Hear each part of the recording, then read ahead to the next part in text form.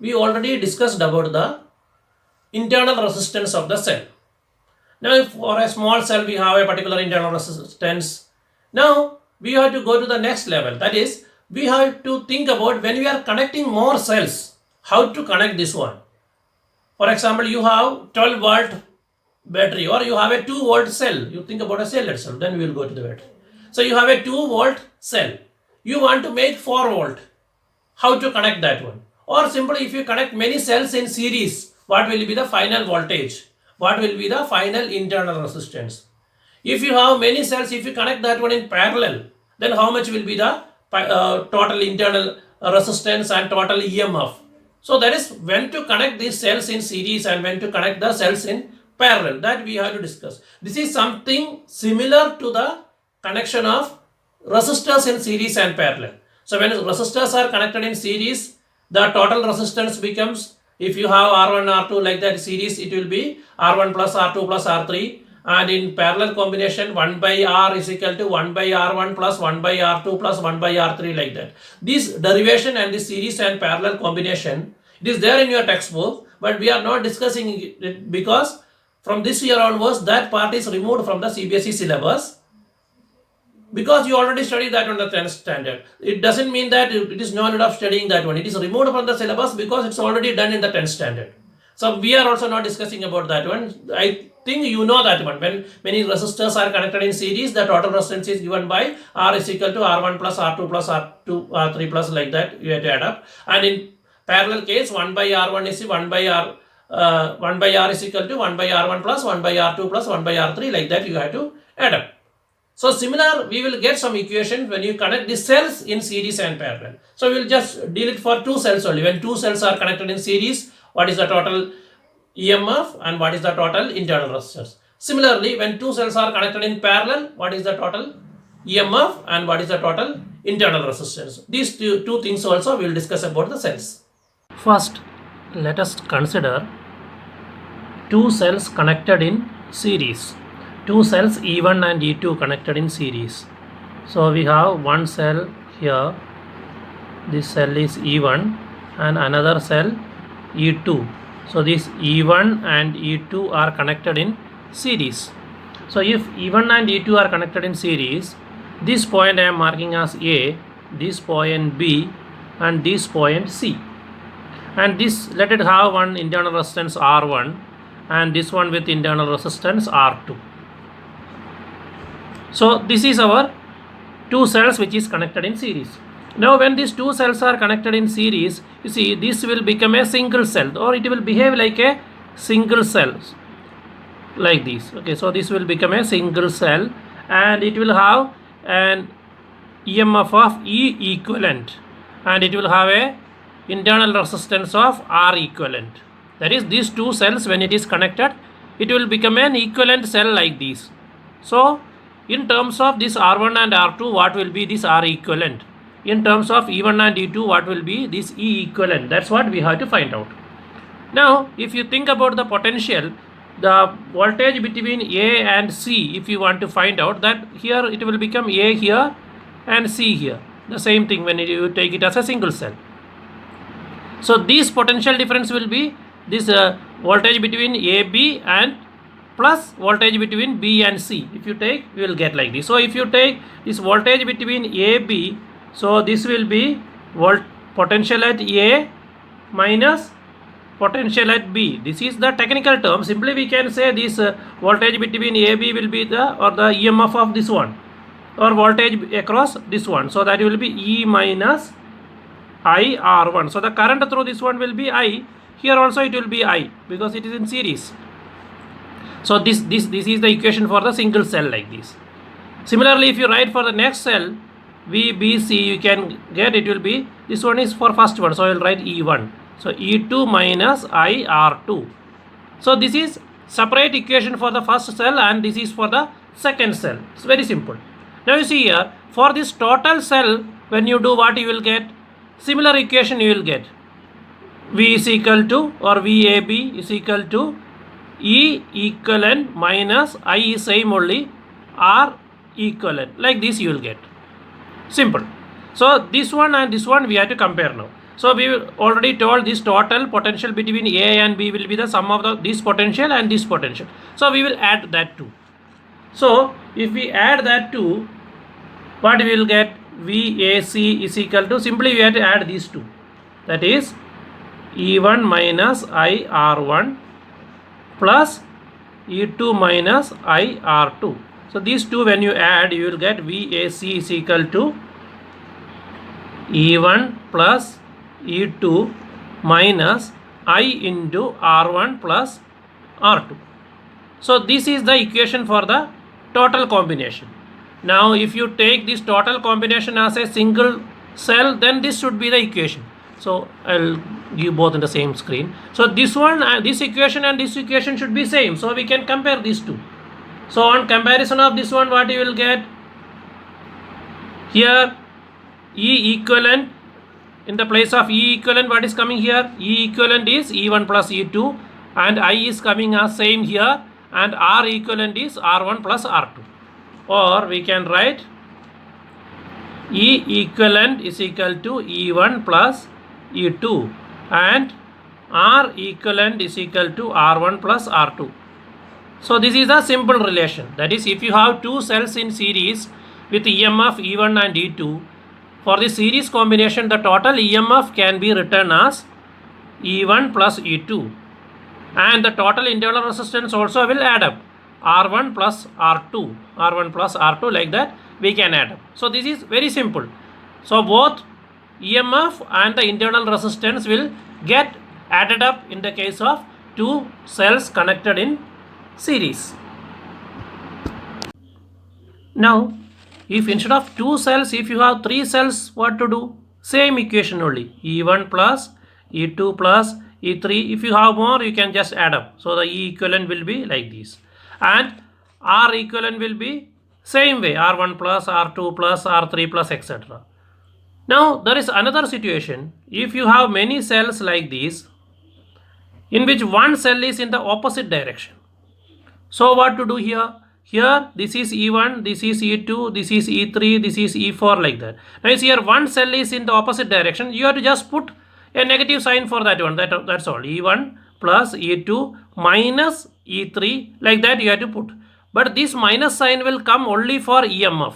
When you take resistance if you keep that way or this way, the resistance will be same only, R1 plus R2 plus R3 plus, like that. So the resistance, if you keep a cell in the opposite direction, resistance you have to add up, but the EMF of the one which is kept opposite, that will be minus. That is, if you have three cells of 2, like that, if you have 3, then the total will be 6. But one cell is kept in the opposite means, then how much it will be? This is 2, this is 2, so, and this is minus 2. So 2 plus 2, 4, this is minus 2, again you will get 2.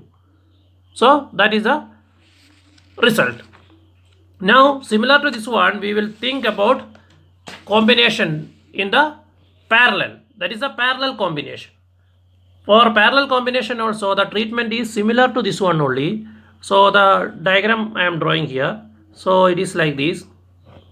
If you draw normal parallel connection by drawing like this, also it is same only. In your textbook it is like this, that's why I am doing like this. Okay, so this is E1, this is E2, this is having a internal resistance of R1, this is having internal resistance of R2, and here we can write A and B here. So here B1, B2 and all is written, B1 here, B2 here and C here, and current through this one is I. Now you can see here the current will split as it is in parallel. This is I1, this is I2, and again this I1 will come here, I2 will come here, then here again it is joining as I1. So the current is this way. Now the same thing, when we take this entire thing as a single cell, you can draw it as a equivalent cell. So that is starting from here, a single cell. So this is actually the same combination we are representing as a single cell. So the current will be I here, same thing. This is A here, this is C, and the equivalent E equivalent will be the EMF of that one, and R equivalent will be its internal resistance. Now we will check, comparing with this one, how we can write this E equivalent in terms of this one and R equivalent in terms of this resistance. That's what we have to check now. Now if you write these two equations, just like the previous case, for the first cell, what we can write? V is equal to E1 minus I R1. For second cell, you see here, the first cell is connected here, same point only second cell also is connected. So there also the equation will be same, V is equal to E2 minus IR2.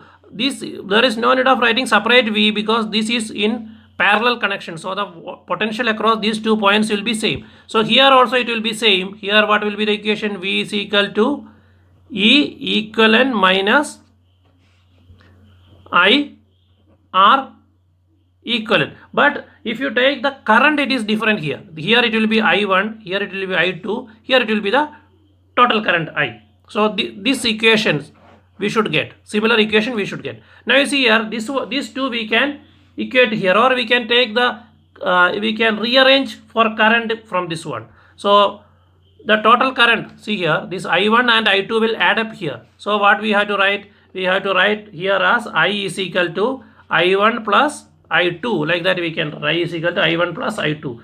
Now what is I1 and I2?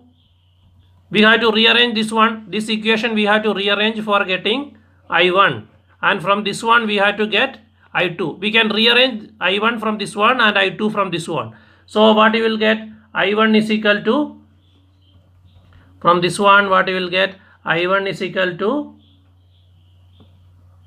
E1 minus V divided by R1. Similarly for I2 we will get E2 minus V by R2. From these two equation you will get, from this equation you will get this one also.